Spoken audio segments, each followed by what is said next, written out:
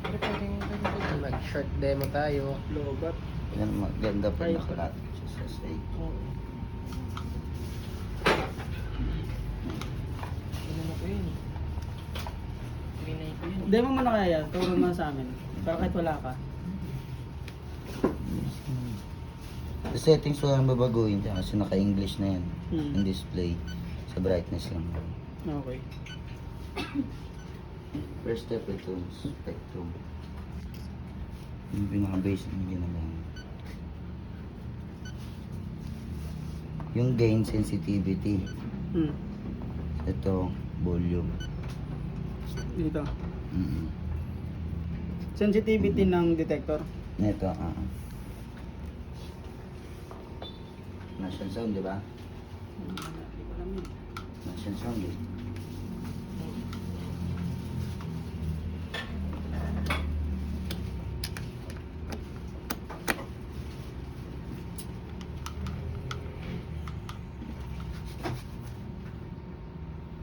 Kasi ito na pinupush yan. Ngayon, pagka magde-detect na kayo, i-hold nyo lang. Yan. May nagpapatugtog sa baba. Yan. Naririnig din. Pakinggan mo, may nagpapatugtog sa baba. So pag every time na magde-detect ka, ito ang pipindutin mo. Ito, ila lang, ipapress mo lang siya. Hmm. Yan. Hindi mo kailangan diinan, kahit ganyan lang. Basta napindot mo siya. May nagpapatugtog Galing sa yan. baba. Ito, Kahit Ngayon, ayan, kapag ka ganyan yung reading, ibig sabihin, merong naglilik. Kaya nagaganyan yan kasi yung ibaba natin laundry. kahit Pero kapag ka nasa ground ka, pag nasa ground ka na, actual ground, mahina normally yan, lang yan, mababa yan. mahina lang yung mababa yan. Tataas lang siya kapag kami nasagap siya na leak. Ah, okay. Ganun. Tinasa mo to, mas sensitive siya. Mas maingay. Maingay. Mas sensitive siya. Ito, wala ka nang pipindutin dito sa mga extra. Wala na. Ako nagpipindot mo yan. yan, bumababa siya. Pero pag Gano'n kaya kalayo ang ano yun? Distansya. Sa Nakadikit siya. Dikit talaga siya. Pwede mo rin siyang gamitin ng ganito.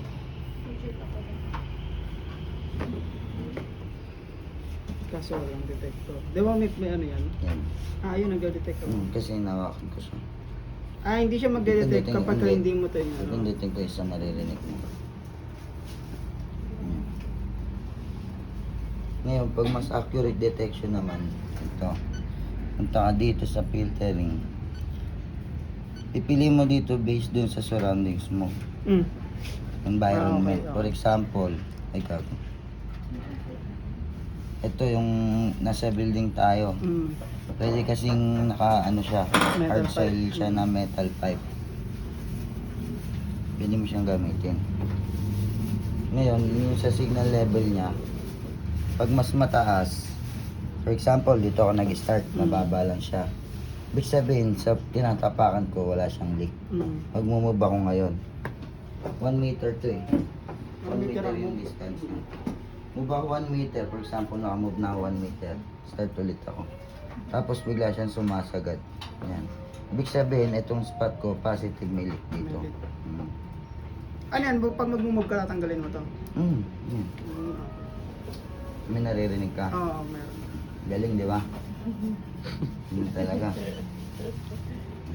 Dito kasi, ano na to eh, sa settings na to na depende na sa user kapag pagkagana. Pero usually wala yung binabago dito. Ito lang yung kapag depende sa environment. May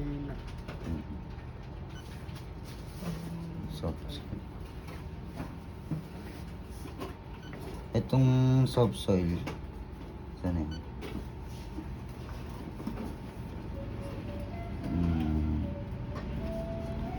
Ito plastic, mga bahay. Yan ang lakas, di ba? Usually sa bahay ganyan. lang siya ginagamit. Every time, basta pag nagsumasagad siya ng 100, ibig Positive sabihin yun. doon sa pwesto mo, meron na siyang leak.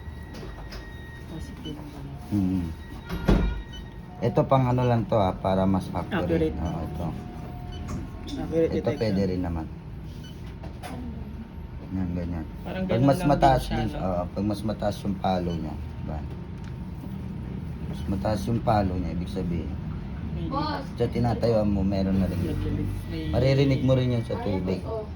6S plus 1. Kaya lang sobrang taas lang ng Oo, kasi detection nito yung- kasi sa baba, laundry shop. Laundry shop na.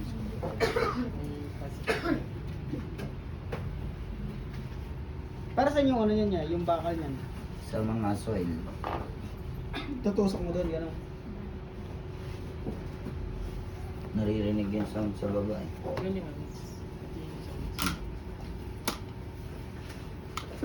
Tawag dito. Itutusok mo yun yung bakal Sorry. na yun. Sige. Dito mo siya ikakabit.